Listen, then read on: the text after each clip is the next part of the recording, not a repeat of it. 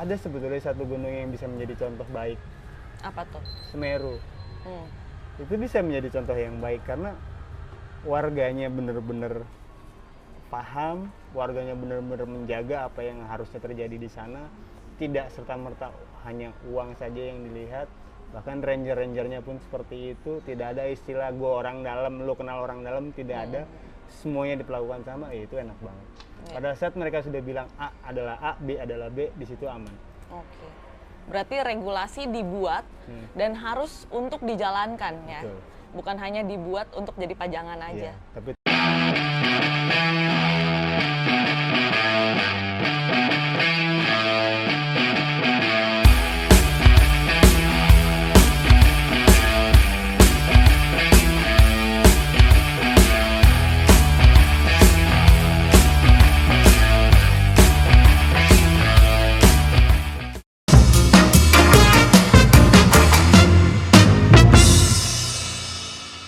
Gue Cynthia Tengens dan juga Bang Awe masih di Outdoor Pro Takeover di Nomads Adventure Mall Galeria lantai 2 Yogyakarta, dan kita akan kembali lagi ngobrol-ngobrol. Nah, Bang Awe tadi kan sempat cerita bahwa pertama kali terjun naik gunung itu di tahun 97.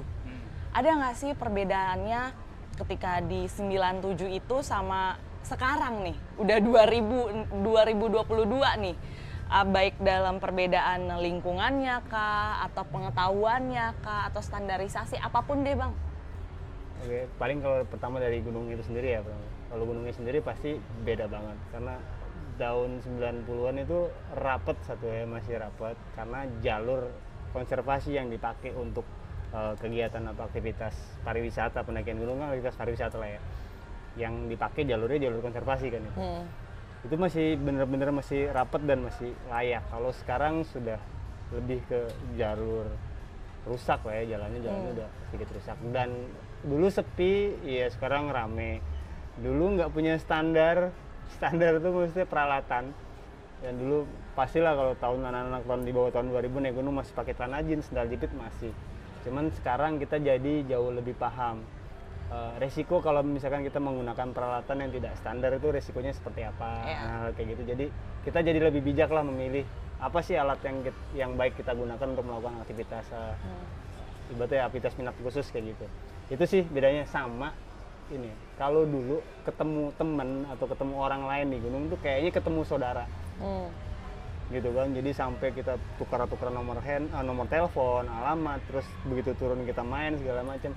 Kalau sekarang sih semuanya jadi satu genggaman ya, lewat medsos sama handphone. Dan lebih kurang, kekeluargaannya jadi kurang sekarang. Mereka sibuk dulu masing-masing. Soalnya jarang gitu ngelihat manusia lain di gunung Ya, ya kan. ya sekarang bosen lihat Iya, ya. benar, Kadang benar. sampai macet-macet. Betul, Itu sampai sih yang macet membedakan. gunung sekarang. Itu aja sih yang membedakan. Oke, nah Bang Awe, gue pengen nanya juga nih, ada nggak sih yang belum tercapai dari perjalanan Bang Awe ini? Apakah dari ekspedisinya? Tentunya kan masih ada gunung-gunung yang belum, yang masih dalam perencanaan ya lah. Betul, banyak. Belum jadi, masih Belum dalam jalan. perencanaan, belum berangkat. Betul. Oke, kalau ataupun keinginan Bang Awe di luar ekspedisi ini, kira-kira ada nggak sih yang ingin dijalankan? Misalkan goalsnya setelah ekspedisi pengen naik gunung ini kah, atau pengen melakukan apakah dalam kegiatan sosial kah?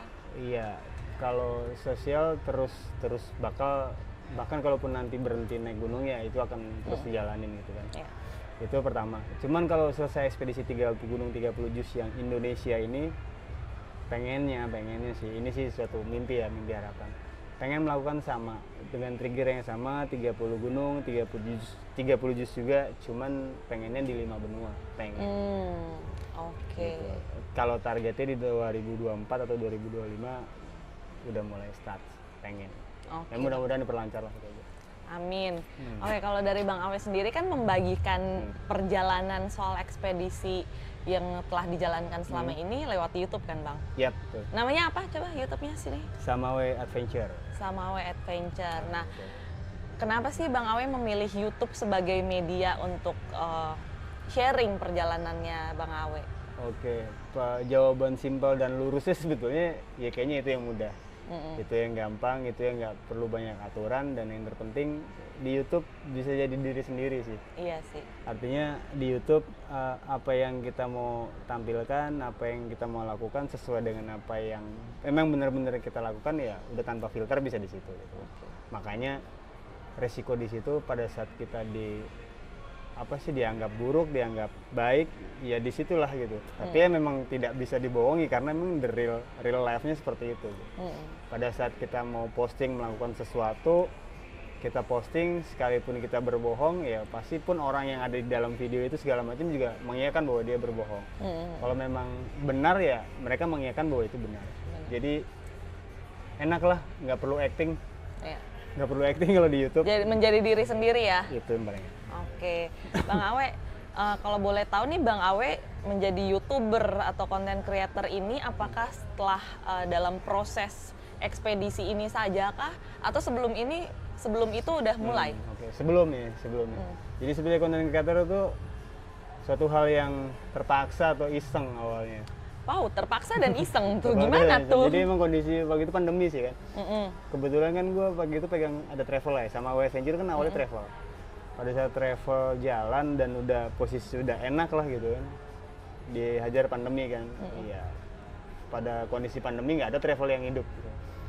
Rusak semua. Akhirnya gue coba buka usaha. Dengan kekonyolannya pada saat pandemi gue buka usaha jualan kopi segala macam, ya tetap nggak ada yang beli juga kan gitu. Karena begitu gue baru buka, jangan orang mau beli, bahkan disuruh tutup juga sama Satpol PP gitu. Iya betul. Iya kan gitu. Jadi ya sudah, bengong malam iseng bikin video lah. Ceritanya podcastan cuman ngerekam pakai handphone, dan sampai sekarang gue masih pakai handphone. Cuman ngobrol, menceritakan bagaimana pengalaman gue naik gunung, cuman dari sisi horor. Gitu. Dan di situ momennya dapet. Mistis. Iya. Momennya dapet. Kalaupun gue bikin YouTube sekarang belum tentu juga gue bisa kayak sekarang, karena pas momennya aja pas. Jadi lumayan naik di situ, dan akhirnya bisa menjadi kendaraan gue untuk menjalani ekspedisi ini. Itu aja sih. Oke, berarti makin kesini makin bergeser juga kontennya ya. Yes. Walaupun dimulai dari konten horor, tapi sekarang jadi konten ekspedisi 30 juz 30 gunung. Wah, luar biasa. Gitu. Makanya ditinggalin sama orang. Jadi gitu, horor itu lebih banyak peminat dibanding sesuatu hal yang betul sih. Oke, Bang Awe, dulu kan mungkin awalnya bikin konten itu konten mistis, podcast, kemudian modal HP doang, bisa ngobrol sendiri di kamar. Effortnya nggak terlalu besar lah. Betul. Dibandingkan sekarang yang bergeser kontennya ekspedisi, bawa motor jalan darat dari ujung ke ujung, lewat jalur-jalur serem.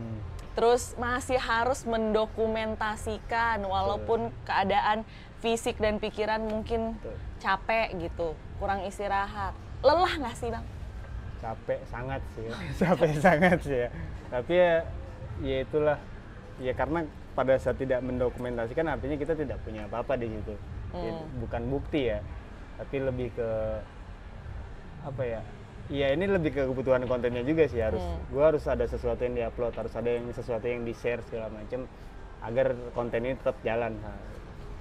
Iya, beratnya gini, dengan satu mungkin kamera, dengan GoPro itu dengan fisik beban yang berat, kondisi motor di jalan kayak apa, ya kita harus tetap bisa fokus juga ngambil. Yang jadi resiko adalah editornya, ngeditnya gitu. Karena gue ngerjain semuanya sendiri. Gue ngurusin kameranya sendiri, ngambil dokumentasi sendiri, yang ngomong sendiri, milah sendiri, ngedit sendiri, ngupload sendiri, semuanya dilakukannya sendiri. Itu yang membuat akhirnya konten itu terlambat untuk upload. Karena gue turun gunung harusnya kan yang ngedit istirahat, ya enggak, gue turun gunung harus pindah kota, pindah gunung, naik motor, dan gue sampai istirahat sebentar, besok udah trekking lagi. Belum sempet ngedit, ibarat kata, belum sempet napas, udah jalan lagi. Bahkan untuk gitu ya. beberapa gunung terakhir tuh gue edit atau gue lakukan sudah masuk Pulau Jawa, udah balik ke Jawa baru mulai ngedit. Karena sepanjang Sumatera gue nggak sempet sama sekali untuk ngedit. Jadi emang berat banget. Iya sih ya.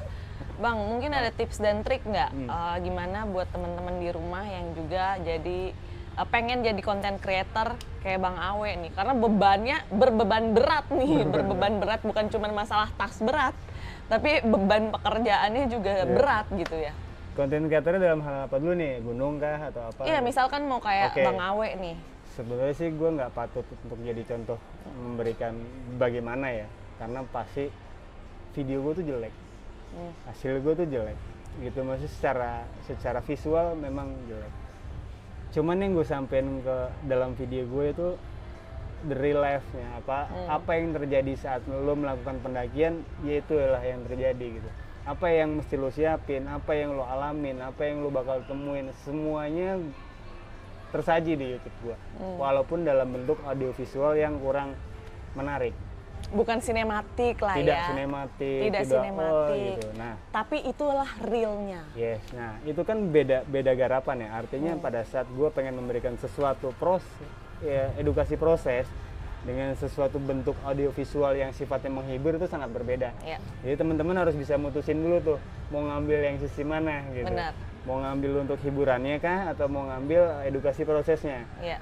Syukur-syukur kalau mau ngambil kayak gue, edukasi prosesnya juga mau diambil, tapi punya tim dan alat yang proper, gue rasa akan jauh lebih bagus lah dibanding apa yang gue punya sekarang.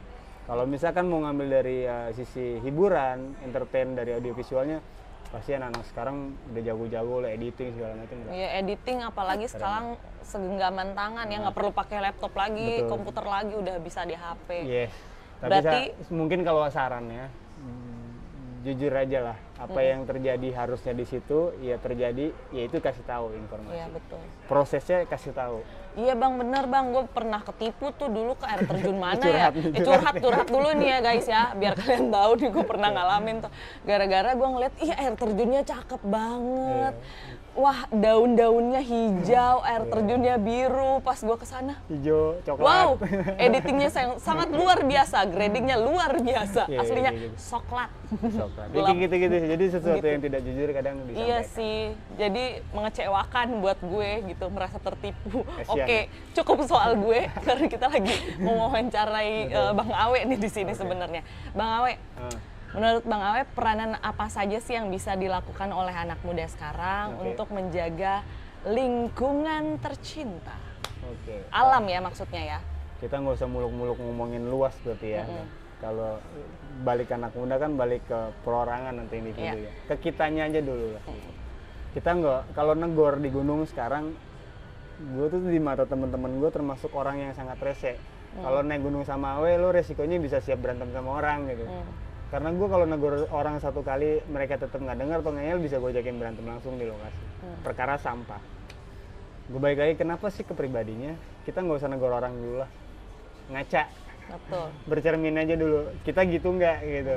Pada saat kita masih gitu ya coba balik ke kita lagi lah. Kita buntung rokok ya kita harus sedia asbak portable yang kecil. Kita butuh minum, kita harus bawa tumbler yang plastiknya kalau mau kita buang sayang, misalkan tumblernya agak mahal gitu.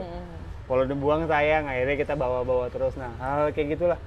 Kita minimalisir masalah sampah yang berdampak dengan lingkungannya sangat besar. Iya. Terus negor secara langsung itu harus berani. Kadang bukannya nggak ada orang baik di gunung, Kak. Banyak orang baik di gunung, bahkan banyak orang yang sadar bahwa buang sampah di gunung tuh nggak boleh. Tapi pada saat melihat orang lain buang sampah, banyak orang diem dibanding negor. Oke, membiarkan ya. Yes, jadi sesuatu rusak tuh bukan karena orang nggak ada yang tahu, tapi orang nggak peduli dengan apa yang dilakukan dia sendiri sama orang lain. Iya.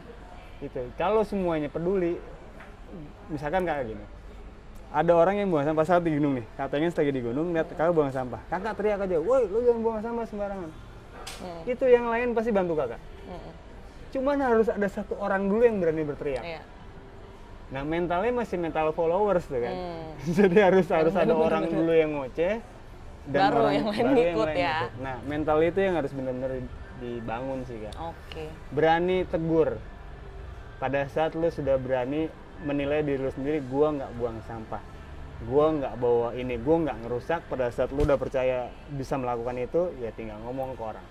Gue yakin pasti banyak yang bantu. Oke, berarti harus peduli dan kepeduliannya itu harus nyata ya. Betul. Jangan buang sampah sembarangan. Iya, ngoceh di belakang sampai berbusa aja. Percuma lah itu. Sama aja tetap gitu kan. Sama aja sama Oke. dia, bedanya apa gitu. Iya bener. Nah kalau Bang Awe sendiri kan Banyak sekali nih yang dilakukan, bahkan produser, penulis, YouTuber, konten kreator, terlibat kegiatan sosial, pemandu gunung, menjalani ekspedisi gitu.